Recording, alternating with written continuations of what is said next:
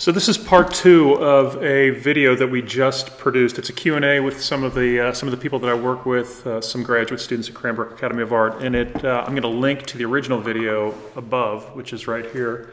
And the video was entitled "Why Your Avant Garde Typography Doesn't Look and Isn't Avant Garde and How to Begin to Fix It." This is the Q&A. This is the Q&A that we had. So if you want to see the original video, it's right here. I'm thinking about how you were saying that the legibility is really important. And I wonder to what extent that is, because I kind of like typography that you have to work through at least a little bit. Right. That's an excellent question. And, that is an excellent question, Lise. And warning, with all of this, I fully acknowledge that it's my opinion that we're talking about, which I'm really trying to cut through the crap. And that is an excellent question. And that's what I was trying to address. Hang on a second. That's what I was trying to address in this section here. So if we look at, hang on just one second.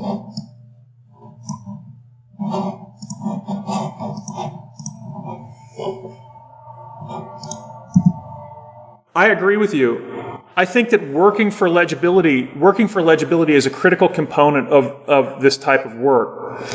And I think maybe I'm not explaining what I'm talking about in the differences between these two things. And really the way that they're different is that if you look in this mass of type, at this scale, you can't determine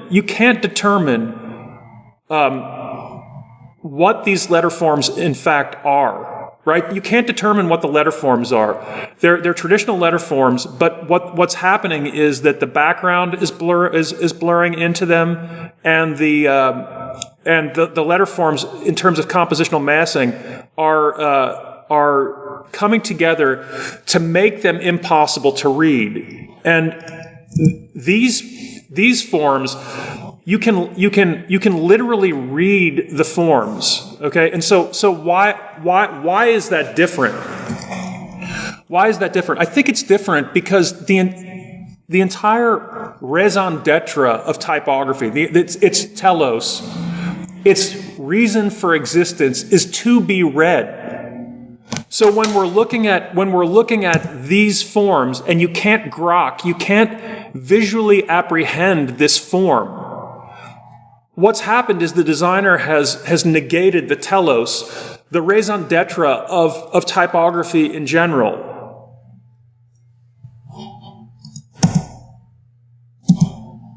Does that make any sense? You can say no if it doesn't make sense.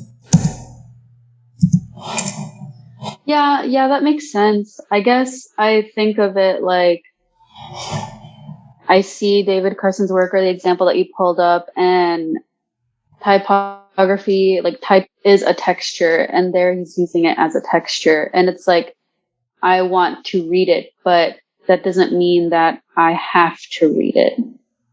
Yeah, and I think you're bringing up another excellent point.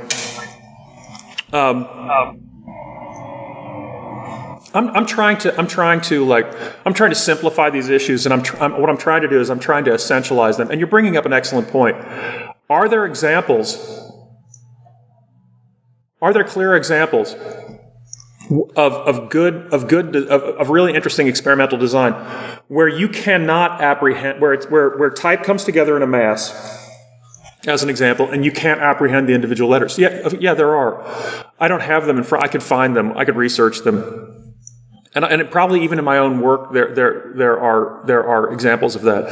So it's clear that you can do that, and maybe that's something that you specifically are interested in, and maybe that becomes foundational to your work. I'm not saying that is inherently wrong. I think what I'm saying is that when it comes together, if it comes together with type that looks like what I showed you from T26.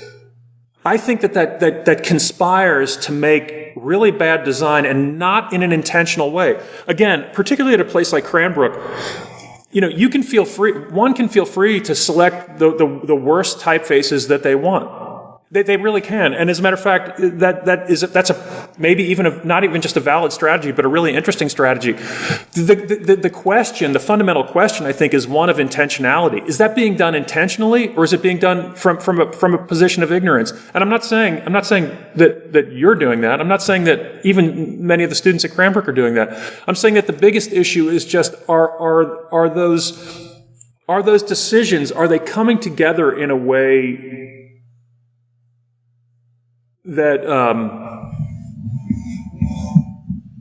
is destroying? No, I mean, are they intentional, really?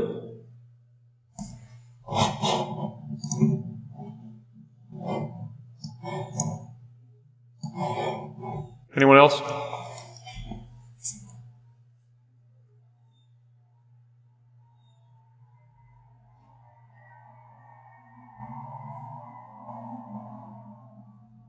Come on now.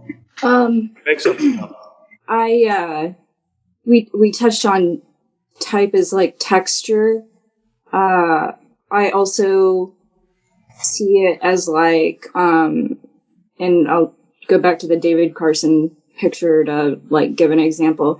By encrypting the type, you're able to focus more on the architecture of the letter form and maybe appreciate that better. So that feels like still a legitimate strategy to me, to use it as a background that's not necessarily supposed to explicitly, expound English language to the reader, but as a way to like display the features of the type, display the architecture of the type.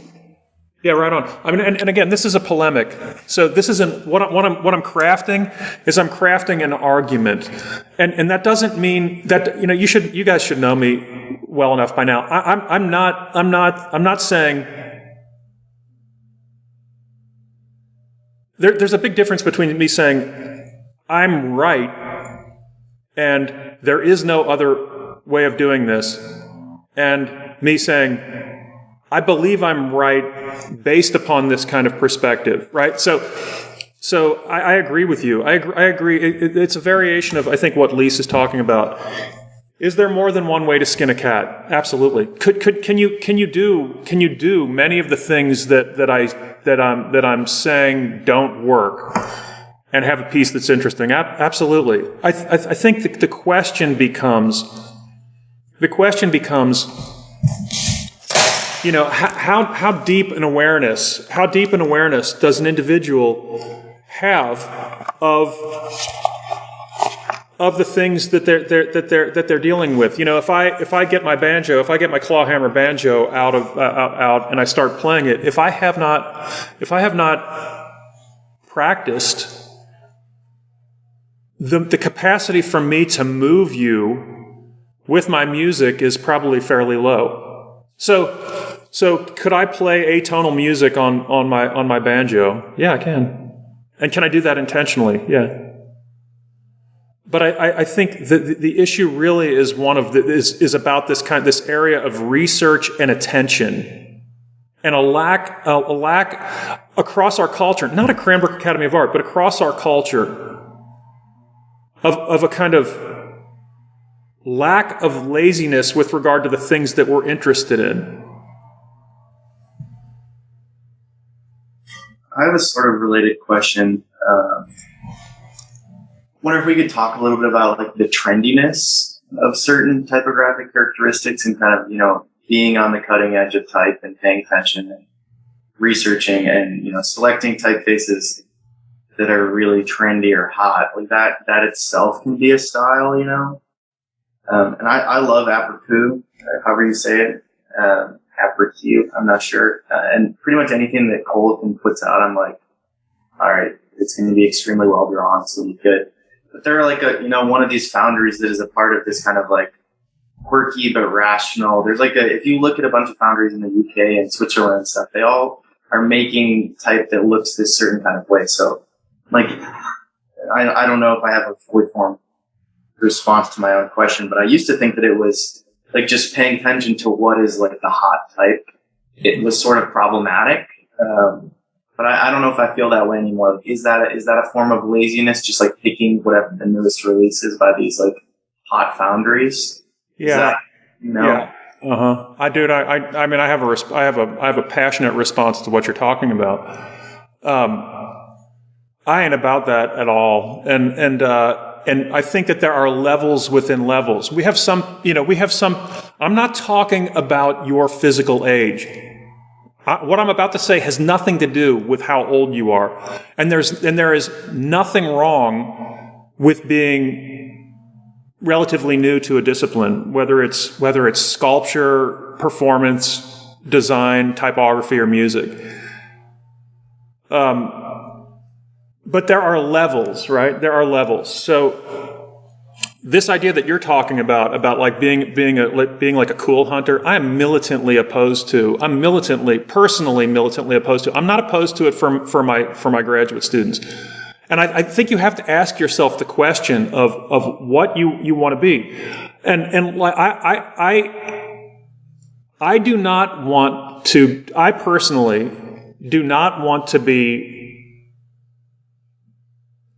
primarily seen as part of a collective that is cool hunting. Like I want the artists and the designers, the musicians, the artists and the designers who I respect, and the model that I want to come out of comes out of a way of manifesting my artistic vision that springs primarily, not exclusively, but primarily from my experience on the world. So what does it got to do with you?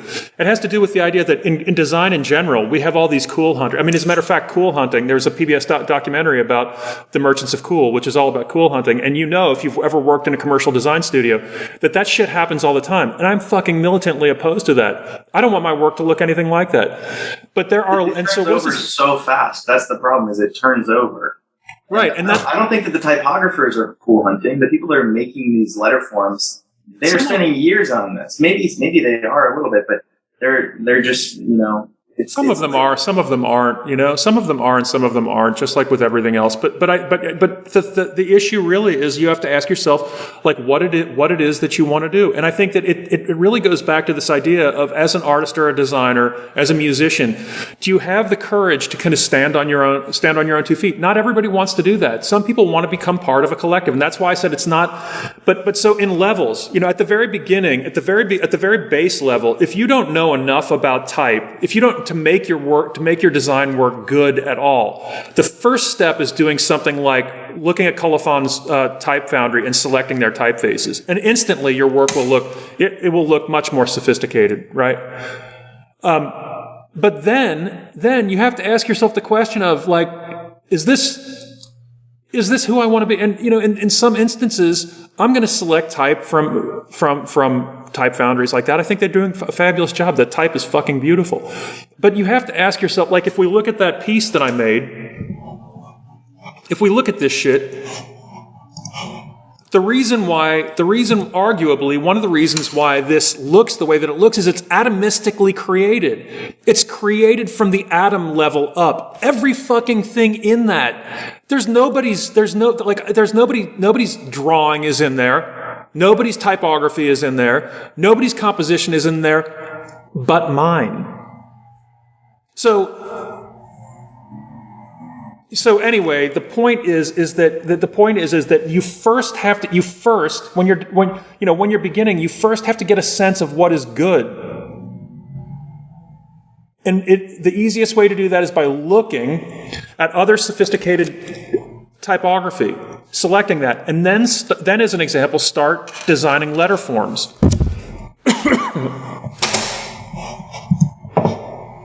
Your reaction, Ed? I don't think I want to be a type designer. I've taken classes at like Cooper Union and stuff on how to draw a type, and I just don't have the time to engineer that shit. Not saying that I need to be making fully functional typefaces, because there's a vast difference between drawing something for a poster and making a fully functional typeface.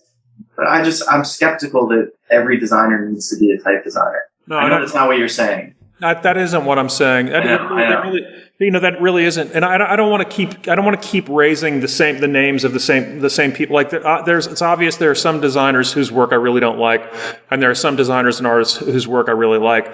But if you're not paying attention, there's no reason why you should pay attention to this. But if you stop to think about it, many of the people who they don't design their own typography. Many of the people who I actually think who I like, they don't design it. And the other thing is that you don't have to design an entire font.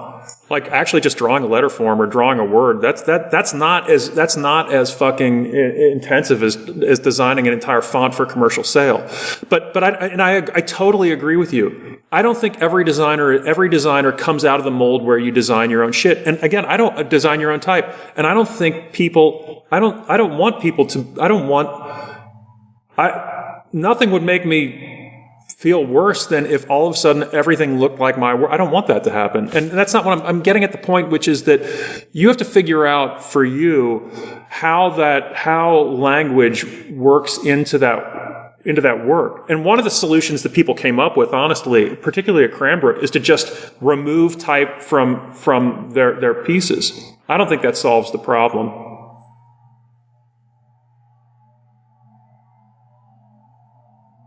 Go ahead, Ed. I don't want to, and I sort of have done that. I'm looking around my studio, and I'm like, there's some work that's, and actually, if I'm looking at it, it's mostly separated. There's work that's type and there's work that's image. And I don't really know why that is right now. Probably because it's easier to keep them separated like that. Well, because it's easier to create an open text, too. Without the language, some people think that it's easier to create an open text, which I don't agree with. I think it's interesting. That buddy that I was talking about that did the stuff for Caroline Polachek, that album, I know hired out type design. And it's another guy from my university that went to Cooper Union and is primarily like geeking out on type. I mean, his design work, you go through his portfolio and it's like nothing special, but it's interesting to, I think he I heard an interview with them talking about it, and it was pretty much just like designing the forms individually and just like pushing it off to this guy to make the type. So I also don't know how much that costs, but I think that it's opening up as far as like people being able to make their own typefaces, which is kind of blowing apart this idea of like trendy typeface type stuff, I guess. And I know that there's also a big push towards, like, if you guys know what like letterhead fonts are, it's like this type foundry that everybody was, all the Draplin followers, I guess, were kind of like going off on letterhead type. But it's like you go to that website and it's just like this goofy place that is somehow blowing up. So I don't know. It's just weird in so many different directions, I think. Yeah. Other issues at all? Other comments? I think can you elaborate a little bit more on, like, do you think type shouldn't be allowed to function if it's as image if it's not legible? I guess. No, I mean I don't do that. And I'm trying to point out that I don't do that, and I think, again, because I believe that I believe that it violates and look, I truly mean this. Think about what I'm saying, and if you disagree, that's totally fine. I mean, not only is it fine, I 1000% support that. The only issue is thinking it through. For me, the reason why generally I don't do that is because I feel like it violates the telos, the raison d'etre, the entire underlying structural reason for existence of type. So I don't do that. I don't do that. And I didn't know why I wasn't doing it until I really thought it through. Now,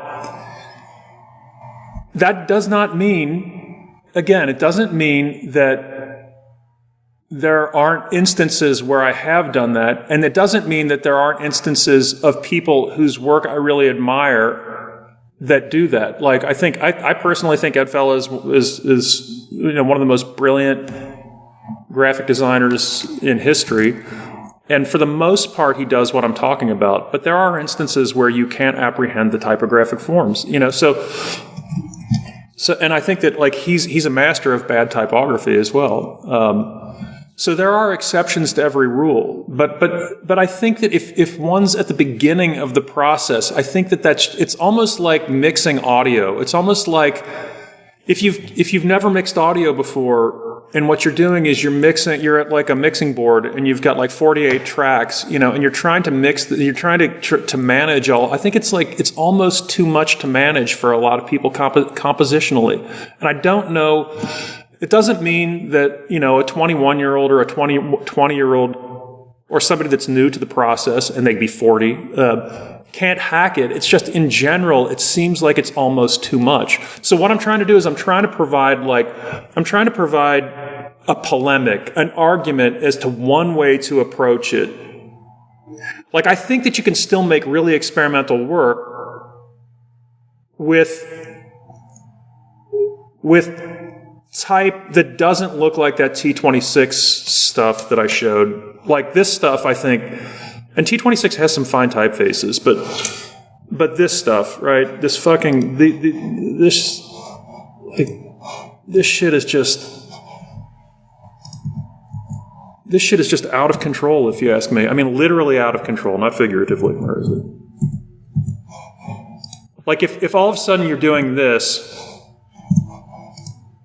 and you're using those typefaces in a way, like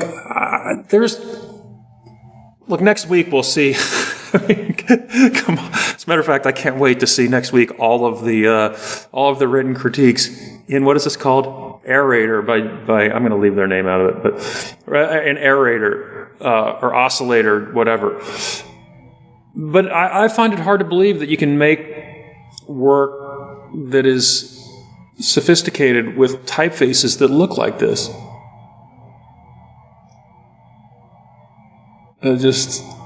I can't. The dude does not abide. I can't. I think. Sorry. I'm sorry. Interrupted. Go ahead. I guess that's not really the example in my head of what I'm referring to, because I strongly, pretty much agree with you in most contexts that I hate those typefaces, and I wouldn't find it very professional to use them, even as like experimental type. I think I'm more talking about type used in an informal way to create formal elements, but not necessarily contextual ones, or recontextualize using letter forms in work to not necessarily convey a message the way letter forms traditionally are. Like, I got a lot of, pictorial language that I collect and I think is beautiful.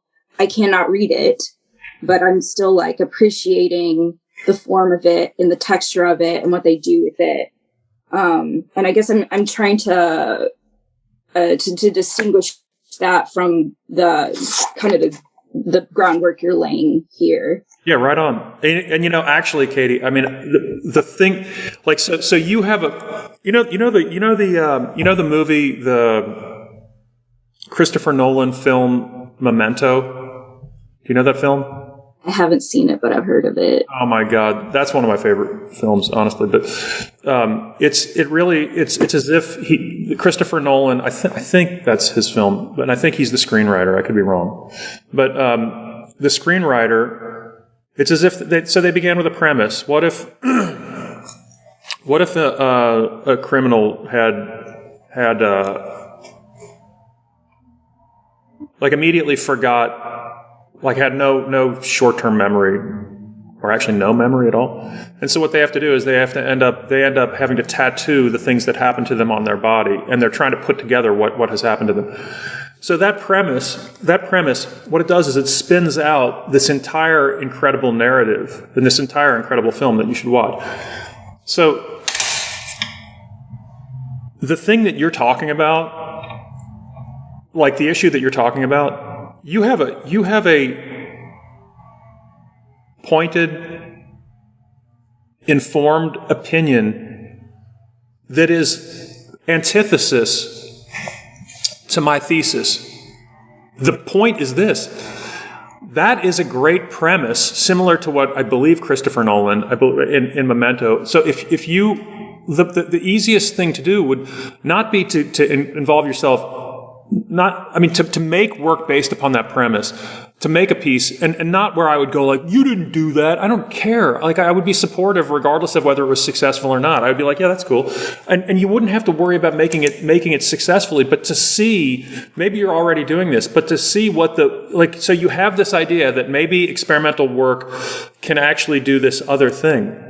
Make a few quick pieces based upon that premise. As a matter of fact, that's the kind of thing that I'm constantly looking for in my own work. Like an idea, a premise upon which I can say, that's a different idea. So I don't know, like when you're talking about it, it's almost like prescription and critique. You're talking about something, and you even say it in your brain. It's like it's different than what I'm talking about. So when you say the words, like there are like hundreds of thousands of possibilities that automatically come to mind. I don't know which one we're talking about, but I do think that. And I'll say this again, which is people don't have to agree with me at all, and they don't have to make work based upon this rubric at all. And I really mean that. It's not like I'll leave crit and I'll be like, you didn't listen to me. I don't give a fuck. I care that the people are thinking about it, that they're making from an informed perspective, that they're like, okay, no, I hear you, and I thought about this, but I'm doing X, Y, or Z. Or I hear you and I agree with you, and I'm doing this, but I disagree with you here. And it doesn't have to do with me. It really has nothing. It has to do with design. Yeah, I guess I really don't want to, and that's why I'm taking my time, like trying to ask these questions, because I don't want to what if you to death, and I don't think it's productive to explore something by finding out what things it isn't. I just think there's some, I don't know, like too much generalization, I guess, in how I'm interpreting this, and I'm kind of interpreting it as like gatekeeping, experimenting with type, but I'm trying not to. I'm trying to keep like a really open mind about it. Yeah, well, you're right. You're absolutely correct. You're correct. So you're right. You're absolutely correct, and that's intentional. So the first thing is that there is too much generalization. So when you teach, one of the things that you're trying to do is you're trying to take really complex ideas, and one of the ways of teaching is to try to communicate them in simple forms. So out of necessity, what it does is it does violence to the idea. And the other issue that you're bringing up is about gatekeeping. It's a polemic. It's an argument. It is attempting to say this. It's attempting to say, don't do that. Don't do that. You're absolutely correct. And I think that the big difference is, or not the big difference, because there's no difference. The thing that I would say is that without a doubt, and I mean this with every fiber of my being, I absolutely support and encourage you, not just you, but encourage people to disagree, and to disagree through their work. That's fine. And I'm not referring to you here. I'm referring to the idea that one of the things that I see over and over is I see people who couldn't tell you the first thing about type, and then they wonder why their type is not good. So if one knows the first thing about type, then fine. But and it's not a test. I couldn't tell you half the shit that I should. So feel. I really mean for everyone. For everyone. Feel free to use that specific typeface that I said that I think sucks, and feel free to make it so that it's incomprehensible. That's fine. That's fine as long as we're thinking about the issues. That's it. And I am creating a polemic. I'm crafting an argument. In other words, you say this, or not you. One says this. I say this. I try and justify what I'm saying based upon these things. Another person comes back and says, no, what about that? What about this? I'm supportive of that. So the gatekeeping is in fact there. It's very